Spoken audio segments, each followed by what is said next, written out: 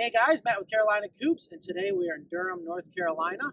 We are at a place called For Garden's Sake Nursery, just outside of really Durham or South Point Mall if you're familiar with this area. Behind me is another beautiful Carolina Coop. We just got done installing this coop a couple weeks ago. We came back today to install the rain barrel system, which we're going to show you a little bit about. And I guess I just want to go through another Carolina Coop, maybe talk about some things that we're noticing people comment on in the videos. Everyone that's given us compliments, thank you, appreciate it. And there's some things that you guys mentioned, your YouTube chicken please, things I want to make sure we clarify. So, number one, all our coops, it doesn't matter what it is, the entire bottom is all ground contact rated pressure treated lumber. It's not regular wood. It's not going to rot, okay? Everything's pressure treated lumber. You just don't see it in most of our videos because it's painted. The rest of the lumber is a high quality Douglas fir pine. Everything's pocket screwed and glued. All that's true. So that's one thing I want to mention. Also, I guess a couple times in the videos I forget to mention our predator apron. All our coops that we install have a predator apron. So, camera lady, if you wouldn't mind maybe coming in down here, I'm going to show you an example. And we have videos talking just about the apron, but for this video, let me get it out of the way. This is the apron right here. This is a 16 gauge galvanized core, green PVC coated. Also, you can get it in black. Doesn't matter because it's going to disappear. We shoot it into the bottom with stainless steel staples. You want to use either stainless steel or hot dip galvanized because, again, this is pressure treated lumber. Regular metal will corrode. So you want to make sure you're using something like stainless steel or hot dip galvanized. So anyways, we staple the apron into the bottom. We're coming out 24 inches. And eventually what the client's going to do here is they're going to backfill. We were a little unlevel, so we blocked it up, as you can see. But they're going to backfill it, go over top of the apron. You won't even know it exists. But the reason for the apron is to keep predators from digging underneath. And how that works is when an animal tries to dig underneath the coop, they're going to come right to the bottom of the run. And they're going to immediately run into this fencing material. They're not going to come out here and then dig underneath. So there's the predator apron. Some other fun stuff. Let's come on over here. We're actually in a, I don't know if you call it a goat yard or a goat pen. And goats and chickens, you know, this is a question we get a lot, is can goats and chickens do well together? And absolutely. They actually do very well together. But if you ever had goats, they can get into everything. They love to chew on everything. Because there's goats in here, our chicken girl came up with this pretty slick idea. This is probably the third time we've done this, where we have a free-range chicken door. And we put these perches, one on the outside, one on the inside. And this is so the chickens can come and go as they please during the daytime. Behind here is a VSB automatic door, which we'll show you a little bit more about when we get inside. The idea is the chickens have no problem hopping up here, coming and going as they please, but the goats won't be able to get inside the run, which can cause some problems. If we step back a little bit, this is just another rain barrel system. This is what we just got done installing. Very simple. Gutter, downspout, diverter. Fills up the rain barrel. We have our new heated water bar, which I'll show you more again on the inside. But right here is the pump. And the water bar itself is also heated. So we have two ways to keep it from freezing. And a hose back here where that pump, when it is below freezing, circulates the water, pumps it back into the rain barrel, keeps it moving. And that keeps the water lines from freezing. Also helps with the water bar. Because the water bar is heated, it'll help warm up the water. So very successful, great system so far. Maybe want to point out up top, functional cupola. We hand make them. They're beautiful. They're functional. There's 1/2-inch hardware cloth along with mosquito screen up top there. Matches our coops. Absolutely beautiful. Want to come on back here. If you've seen our other videos, this is nothing new, but if you're new, this is the back of the hen house. We can open up these double doors. This gives you full access to your hen house. Right here is our deep litter door when it comes time to clean. Whether you want to clean it out once a week, twice a month, or what we recommend is the deep litter system. Go a year, go 2 years before you clean. Drop down your deep litter door. Here's the floor. It's a little over 24 inches above the ground. So when it comes time to clean, it does not get any easier. Pulling, sweeping motion. Bring your wheelbarrow up. If you have a tractor, a bucket, bring it up. Pull it into there, take it off your compost, your garden, whatever you want to do with it. But again, the point is full access. It does not get any easier. whether you're doing a deep litter system or you're cleaning out the traditional way. The white material, that's our very popular food-safe, high-density polyethylene. Roost bars, perch, ladder, polycarbonate window sliders, so you can open and close the windows throughout the year. Also, all our windows are backed up with a 1/2-inch hardware cloth. You can see the inside of the egg hutch. That's where the chickens gain entry into there to go lay their eggs.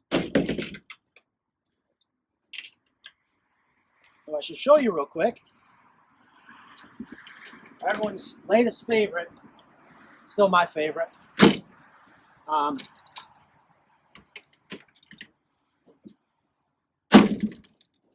You can never have enough ventilation. If you're thinking about getting chickens and you're shopping around for a chicken coop, one of the things I guarantee you're going to see problems with everyone else's coops. Two things. One, the size.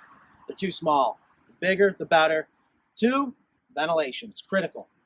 And what we've done, and we're going to start making standard with all our Carolina coops, is these hen house screen doors. Everyone loves them, so that's why we're going to make them standard.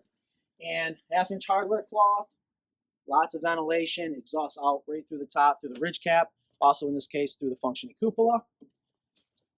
You can simply take these doors off. You're down south, spring, summer, and fall, you don't need them on. Up north, most of the summer, you can leave them right off, completely predator proof. Again, tons of ventilation.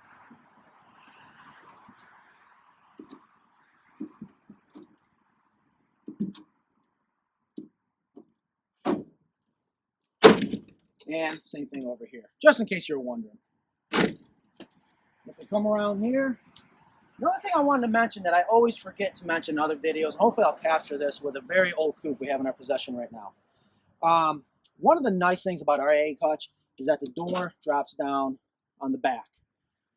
Two reasons why I absolutely love that. Number one, when we deliver our coops and there's children, the first thing they love to do, and they're going to love to do every day, is to come get the eggs.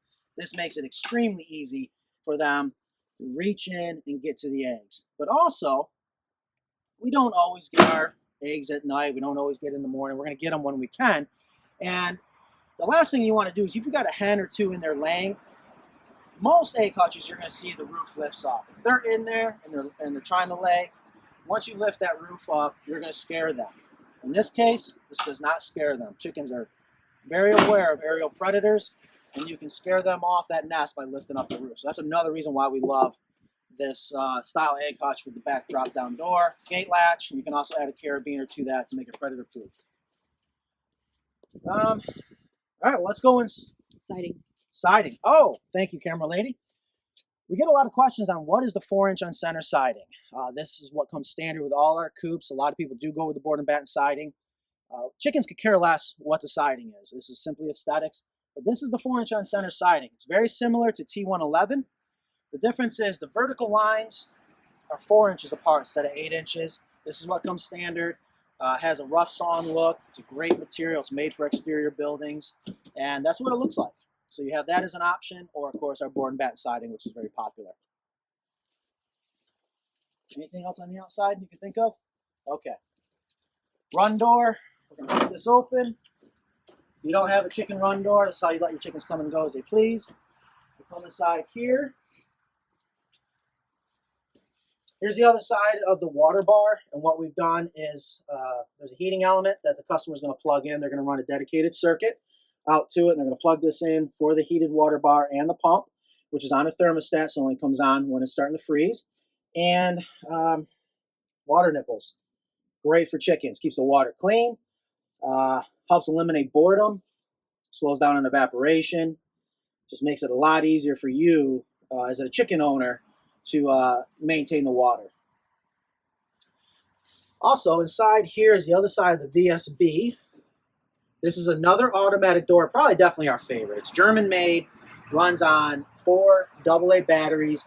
Manufacturer recommends changing them out once a year, but we've had them last over 2 years. There is a photo cell inside. You can also add an extension for a photo cell to get it out if it's too dark and it's not triggering the way you want it to. Or also, you can add a digital timer, override that photo cell, add the digital timer. And that would be nice if you don't want the chickens out all day, but maybe you want to let them out don't know, 2-3 hours, 4 hours before sunset, so they don't go too far on you for whatever reason. At least you have the control over that. But we really, if you're shopping around for automatic doors, there's a lot of them out there. We've tried a bunch of them. There's good ones and bad ones. This one has been our favorite. A little pricey, but again, it's German made. The thing works, period. So, ramp going to the hen house. That's it. Another good shot of the 4-inch on center siding. 1/2-inch hardware cloth, PVC coated. Lots of headroom.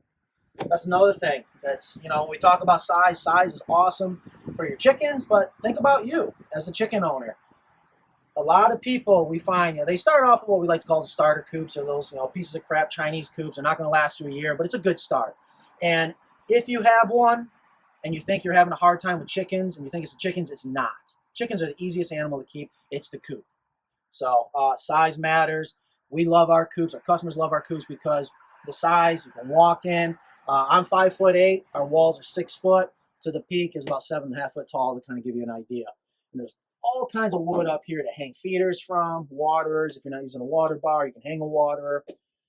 Chicken swings if you want, even though chickens could care less about chicken swings. Sorry to ruin that one for you, but they look cool, I guess. So anyways, that's inside the run. To get locked in, a little stainless steel cable right here to let yourself out.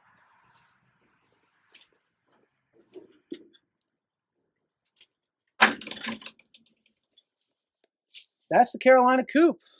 So hopefully you guys have liked the video. Hopefully you learned something. Thanks for watching. Subscribe, like us. Check us out at carolinacoops.com. And of course, if you have any questions, my phone is always on me. 919-794-3989. I'll have the number pop up probably right now, right here. Call me. I'll answer for you. Thanks for watching.